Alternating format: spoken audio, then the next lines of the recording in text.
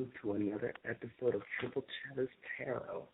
I am your host, Teresa Shaw, here joined by my lovely co-host, Rowan Nix.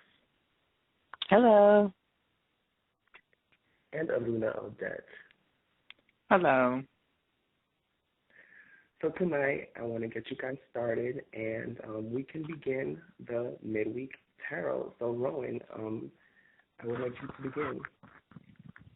All right, not a problem. This is going to be our midweek reading, and I'm just going to do the typical Celtic cross spread. So give me one moment to shuffle my cards. All right, and let's get started.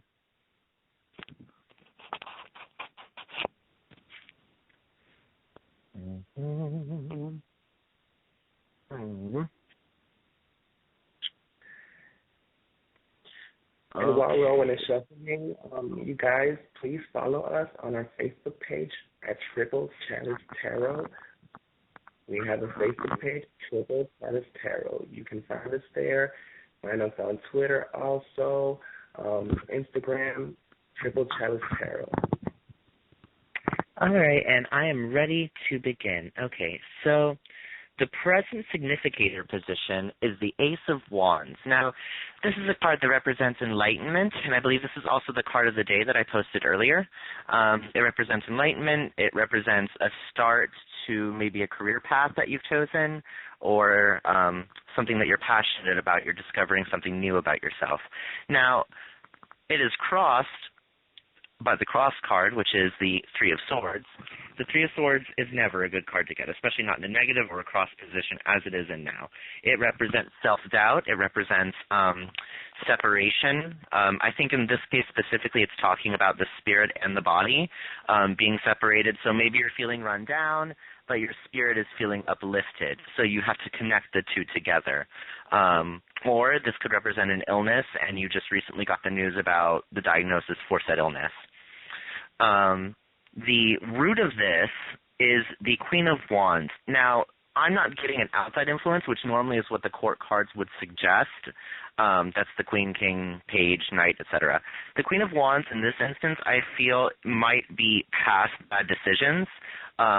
Maybe you were too giving, too nurturing, and you've exhausted your resources. The Queen of Wands represents somebody that is very charismatic, that is very good in crowds and social situations. They're very passionate as well, which can be very draining, especially if you are a water sign or an air sign. We're not really meant to be the life of the party. It kind of weighs us down. The Crown card is the Emperor. Now, this is a major arcana card, so this is something that rules over the entirety of your life. This is like a star card, you could say. The Emperor represents somebody that is very much in control of their business, their financial empire, their friends, their household, etc. So that can also be very draining as well. So you're kind of caught between a masculine card, which is the Emperor, and a feminine card, which is the Queen of Wands. So you're basically overexerting yourself. You're giving out too much of your power and your ability, and it's draining you. In the past influences is the Seven of Wands reversed. Now, the Seven of Wands reversed implies that you've been at war with something or someone, and it's just not coming out right, and maybe you started out with several people helping you out, and now it's just you. This is not a good position to be in. So you're feeling very abandoned, or you feel as though the people that were supposed to be around you no longer are. The immediate influences is the King of Wands. Now, the King of Wands is basically the male counterpart to the Queen of Wands, whereas the King of Wands is more of a dominant position. The Queen of Wands is more of a feminine, submissive, entertainer position. This reading could be for a man or a woman. I'm getting that it's a very balanced act of both masculine and feminine energies. So whomever this person is, they're using both sides of themselves actively.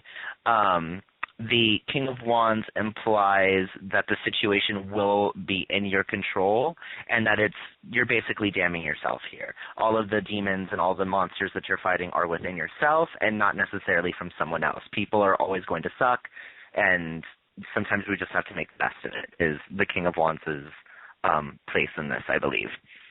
So the future significator position, so this is the future version of the Ace of Wands, is the Page of Swords. So I'm definitely getting that maybe somebody has been, gossiping, or maybe been distrustful in your life, and you're just catching wind of it in the future. You're going to see who this person is, and you're going to be able to identify them very clearly, this negative influence that you've had in your life. The swords often deal with strife. As the Three of Swords crosses, the Page of Swords represents somebody that's bringing that strife into your life. The pages are always messages or incoming influences. The View of Others card right after the Page of Swords is the Ten of Swords.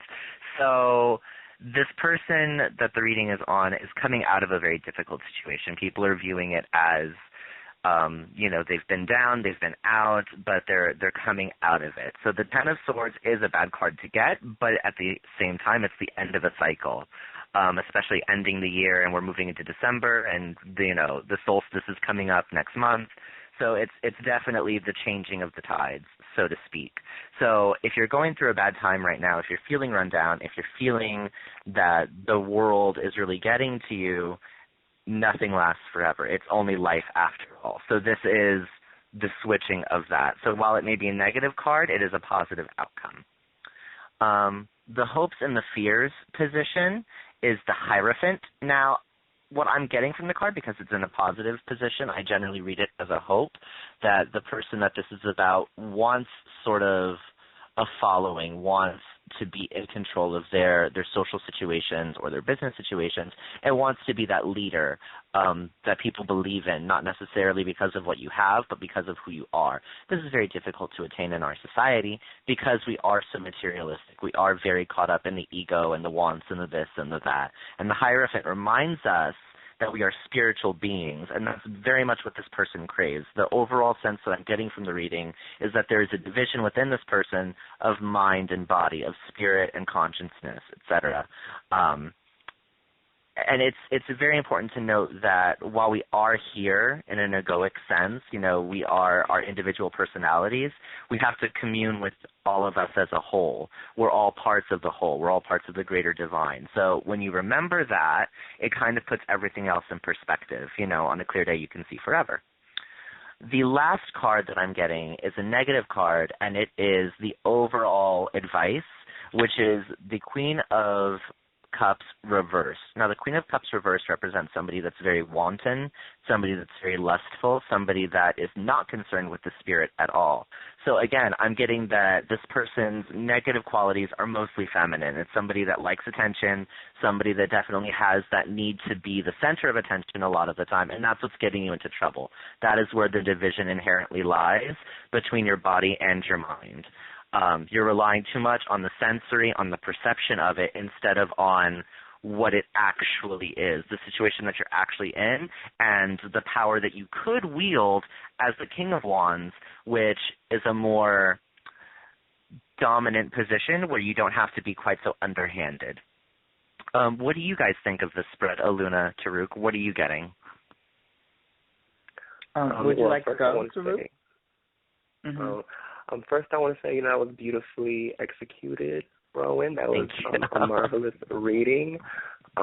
Definitely. Well, the first card, which was the Queen of Wands, the root card. So, this is, like you said, the Queen of Wands is a person who wants to get, lots of attention. They are the person who is the life of the party. They are attractive.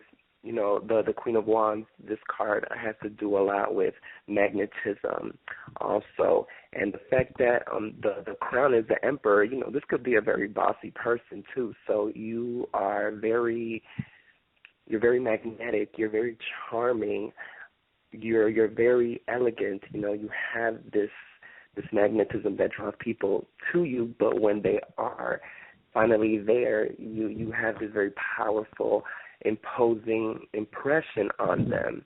And it seems like, with the View of Others, the Ten of Swords, it seems like that's not good, It seems like this person needs to work on the way that they handle people. It seems like you're using your abilities of attraction and to bring people to you for not good purposes, you know. But it seems like the hopes and fears of this person, like you said, is the Hierophant. So there's a part of you that wants to be this guide or be this type of leadership for people, but you're not using your abilities the right way. Does that sound correct to you, Rowan? It does. The impression that I'm getting is that this person's energy is very forced, whereas they're the kind of person that doesn't have to try. But for whatever reason, this person is trying very hard, and that does not translate well to others, as you so eloquently put, with the Ten of Swords. You know, so this is somebody that needs to sit down, in my opinion. Definitely, and even with the Queen of Wands, you said the Queen of Wands reversed was the overall. The Queen of Cups reversed. Right, was the advice of the spread. So, you know, the Queen of Cups, this is a more relaxed type of person, you know, maybe the opposite of what the Queen of Wands is supposed to be. So maybe, you know, this person needs to, like you said, take several seats. You need to sit down and stop being so hot, stop being so demanding of people's energy, and then having this type of aggressive nature to you that's really turning off people, because the Ten of Swords, that's not a good card. You know, the Ten of Swords, it's really one of the worst ones, and that's a card of loss, of losing everything, of emptiness, of desolation, of emptiness. So definitely, you know, whoever out there is listening that you feel like this resonates with you, you seriously have some things to work on as far as like your personality. I mean, I don't want to sound too harsh or anything, but you know, this card and this reading is definitely pointing in that direction, that you have a lot of things that you're needing to work on. But you know what? With the immediate influences, I'm looking here, the King of Wands. You know, the King of Wands is a more relaxing card in contrast to the Queen, because, you know, especially in my deck, you know, the King of Wands, this is a person who is respectful, you know, somebody who does not impose their power. They're not dominating. They're not domineering to people. Somebody who is more relaxed. So maybe, you know, this person needs to focus on the King of Wands energy and bring that forward. Luna, what do you think? Well, listening to you both, I was just really, again, Rowan, you served a really good reading. All cards on the floor. And the wands that were present in this are many. You know, there are a lot of wands.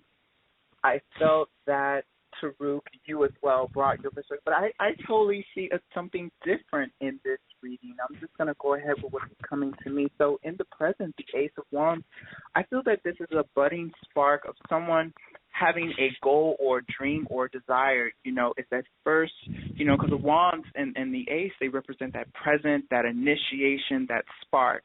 So here we see that initial spark, and I feel like this is an idea or goal or dream that someone has. The Three of Swords being crossed, though, I feel that there are some people around this person who this reading is for that probably aren't uplifting them with the things that they're saying. You know, they're not as supportive. They bring a lot of doubt and sort of criticism to the person's work or what they're aspiring for. Now, the root being the Queen of Wands, I see that this person does have, like you all picked up on, that magnetic personality, that very sort of whimsical, easily charming, naturally charming attitude about themselves, and they really don't have to work that hard to be liked by people. The crown being the Emperor, though, is saying to me that this person, although that they have this sort of magnetism about them, that they're a bit calculatory and almost cruel. You know, the Emperor is very stone and stern. He is known as the patriarch. You know, he is ruling his kingdom, but he's not afraid to rule it with an iron fist, and he's not afraid to chop some heads on the chopping block. And this energy, you know, that being in the crown, being at the very top and what's ruling,